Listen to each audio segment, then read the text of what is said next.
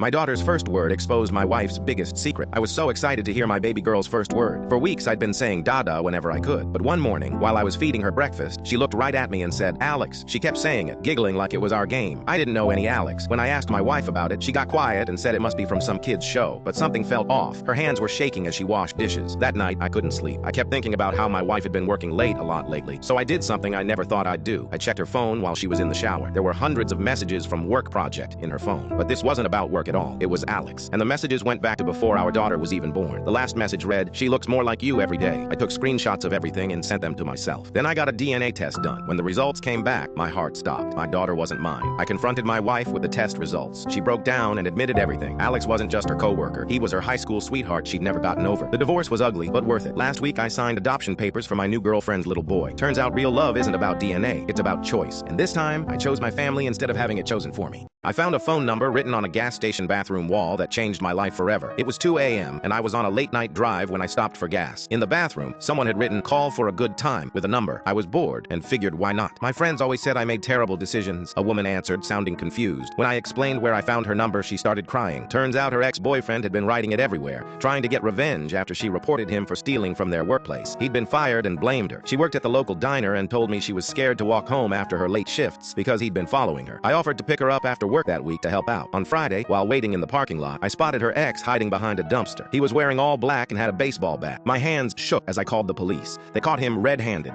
Not only did they find the bat, but also printed screenshots of all the places he'd posted her number online and a detailed plan to attack her that night. 2 years later, Sarah and I are married. We still laugh about how a random bathroom number brought us together. Her ex, he's serving 5 years for attempted assault and cyber harassment. Sometimes the worst situations lead to the best endings. And yes, we framed a picture of that bathroom wall. It hangs in our living room. What did your parents say to you as a kid that still affects you today? I was 7 when my dad looked me dead in the eyes and said, the world won't care if you're tired. Never let them see you cry. I took those words to heart. When my grandma died, didn't cry. When I broke my arm in football, not a tear. When my first girlfriend cheated, nothing. I became known as the robot in high school, the emotionless one, the guy who could take anything, and I was proud of it until last month. I'm a firefighter now, and we responded to an apartment fire. Found a little boy hiding in his closet, terrified. As I carried him out, he suddenly grabbed my arm. Wait, my sister is still inside. My blood ran cold. We'd already cleared that entire floor. There was no sister. His mother rushed over as I set him down, tears streaming down her face. She hugged him tight and whispered, it's okay, baby. You can cry. Your father was wrong. Boys don't have to be strong all the time. My stomach dropped. The kid looked up at me, still trembling, and said, my dad always said crying is for babies, but he's not here anymore. I broke down right there in front of my whole crew. 20 years of locked up tears came flooding out. Called my dad that night, told him everything. There was a long silence. Then I heard him crying for the first time in my life. Son, he choked out, I've been trying to find a way to tell you. That was the worst advice I ever gave. I was repeating what my old man said to me. Spent my whole life being strong, and all it did was make me miss out on really living.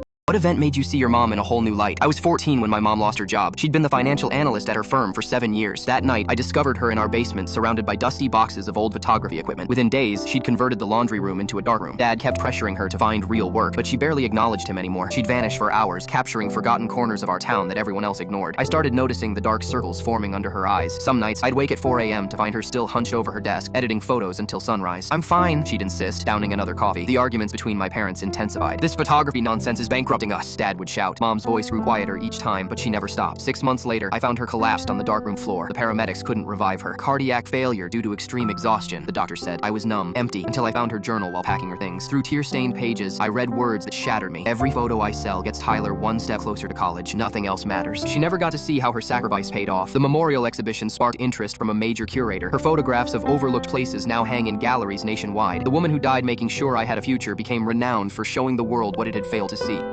My cousin bragged she was pregnant during my vows, but the timing couldn't have exposed her worse. My cousin Sarah has always been the attention-seeking type. Every family gathering, she'd find some way to make it about her. When I turned 16, she announced her engagement at my birthday dinner. When I graduated high school valedictorian, she showed up to the ceremony in a wedding dress for a practice run. At my college graduation, she fake fainted during my speech and had to be carried out by paramedics. The pattern was always the same. Sarah would wait for my big moments, then create some crisis that required all the family's attention. My parents would always rush to help her, leaving me standing there like an afterthought. She's going through a rough time, they'd say. Be understanding. But this was my wedding day. I'd specifically had a conversation with her 2 months before. I sat her down and said, Sarah, this is literally the most important day of my life. Please, I'm begging you, just let me have this one day. She looked me dead in the eye and promised she wouldn't cause any drama. Of course not. It's your special day. I would never do anything to take away from that. I should have known better. The week before the wedding, she started acting weird. She'd text me random questions like, what time does the ceremony start again? And where exactly will you be standing? When I asked why she needed to know, she'd just say she wanted to make sure she had the best view to support me. Then 3 days before the wedding, my mom mentioned that Sarah had been asking her about the church layout. She wanted to know which pew would give her the clearest sightline to the altar. Mom said, "She's just so excited to be there for you." My stomach started churning. I knew Sarah well enough to recognize when she was plotting something. The morning of the wedding, my best man pulled me aside. "Dude, I just saw Sarah at the hotel bar at 9 a.m. She was on the phone telling someone about some big announcement she was going to make today. Should I be worried?" I tried to stay calm, but my hands were literally shaking as I got dressed. My bride-to-be, Emma, noticed I was on edge. "What's wrong? You look like you've seen a ghost." I explained Sarah's history and my growing suspicions. Emma, who works as a labor and delivery nurse, just smiled and said, "Don't worry, whatever she's planning, we'll handle it together." Walking down the aisle, I spotted Sarah immediately. She was sitting in the third row, fidgeting with her purse and checking her watch every few seconds. She had this weird, excited energy that made my skin crawl. During the opening remarks, she kept shifting in her seat and whispering to my aunt. When the pastor asked if anyone had objections, she literally sat forward like she was about to speak, then seemed to think better of it. I started to relax a little as we got to the vows. Maybe I'd been paranoid. Maybe Sarah had actually meant it when she promised not to cause drama. That's when I made the mistake of looking directly at her while saying my vows to Emma. Sarah had this look on her face, this smug, barely contained excitement like she was about to burst. She was gripping her champagne glass so tightly her knuckles were white, but nothing prepared me for what she pulled next. Right as I'm saying my vows, Sarah suddenly stands up and announces loudly, "I'm sorry, but I just can't hold this in anymore. I'm pregnant." The whole church goes silent. Sarah's beaming, clearly loving the attention. But Emma is a labor and delivery nurse, and she immediately notices something Sarah forgot about. Sarah is holding a champagne glass. Emma walks right up to Sarah and says sweetly, "Congratulations. When are you due?" "3 months."